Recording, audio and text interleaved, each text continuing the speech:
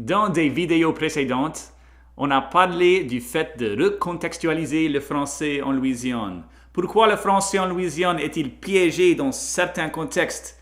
Aujourd'hui, on aborde le sujet de l'authenticité. Une bénédiction ou une malédiction? Restez à l'écoute.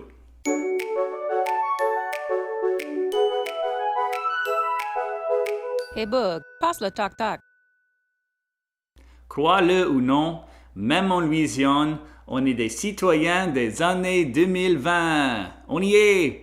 Donc, pourquoi pas s'adapter au présent, au moins linguistiquement? J'ai avec moi le fameux Cajun Self-Taught, un incontournable pour un apprenant du français local, un livre publié en 1992 par un seul homme, le père Jules Daigle, qui mérite des félicitations bien sûr, et on passe au chapitre dédié aux appareils de cuisine. Ah, c'est joli ça. Food processor, le food processor. Garbage disposal, le garbage disposal.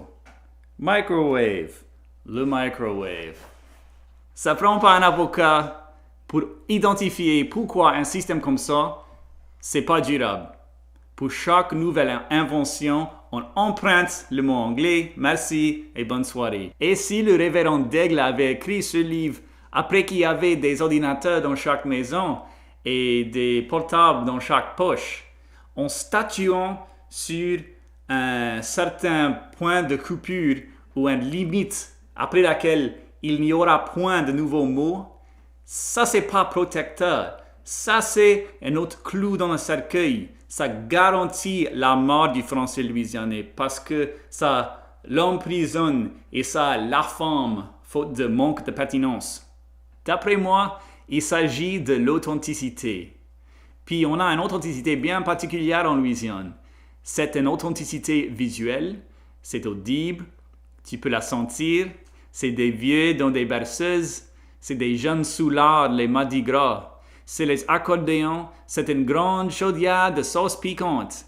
Notre authenticité, c'est chaude, c'est forte et c'est vieille. Et je pense que les voyageurs de l'extérieur, ils voient une vie surannée, pittoresque, simple. Comme des consommateurs, on cherche l'authenticité. On veut moins de la culture recyclée. On la veut de sources sûres, de sources pures, non diluées, la vraie affaire du monde qui l'a fait le mieux.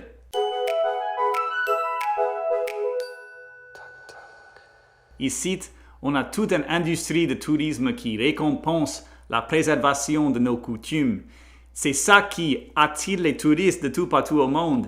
C'est pas juste notre belle musique et le manger et l'ambiance, c'est tout ça dans son emballage d'origine. Tu vois ce que je veux dire? Je peux te montrer comment faire un jambalaya chez toi. Je peux même t'envoyer les ingrédients d'ici, mais tu préférerais pas que je le cuisine pour toi. Moi, comme musicien, et les autres musiciens, et moi, comme personne qui lutte pour la visibilité de la francophonie louisianaise, parmi les autres qui font la même chose, je t'avoue que je joue un rôle dans cette partie du mouvement, c'est-à-dire la partie qui tient la promesse d'une Louisiane folklorique. Ça fait partie de ma paye. J'ai pas honte de dire ça. J'ai pas besoin de se faire croire que la vie traditionnelle existe. Ça va de soi et c'est tout partout. Mais en tant que des porteurs de flambeaux et des paratonnerres pour la culture, il est dans notre intérêt et on le doit à l'avenir de cette culture de rappeler aux voyeurs que le vrai gros titre, c'est l'avenir viable pour la Louisiane francophone et créolophone. On fricasse dans notre propre gombo. Depuis trop longtemps, on s'est coupé du français de l'extérieur. Ça explique en partie le microwave et la famine du français en Louisiane. Je suis là pour te dire que la seule chance que le français en Louisiane a pour survivre est de s'adapter au présent et de s'apprêter pour l'avenir. Mais tu parles de s'apprêter pour l'avenir. Astor, un mot de moi à propos de notre parrain, l'Union française de la Nouvelle-Orléans. L'épisode d'aujourd'hui est sponsorisé par les cours de culture Vive la France de l'Union française. Vive la France s'agit d'une série de discours concentrés sur des régions de la France, leurs histoires, leur culture et leurs coutumes, Chaque discours est jumelé avec des dégustations de vin. Le thème pour ce printemps sera la Champagne. Vous pouvez rejoindre cette série en 3 parties pour en apprendre plus sur l'ancienne province de la Champagne et sa fameuse boisson pétillante. Tous les cours sont en ligne et la première session est le 13 avril. Pour plus d'infos et pour vous inscrire, visitez l'unionfrancaise.org. Faites-le aujourd'hui!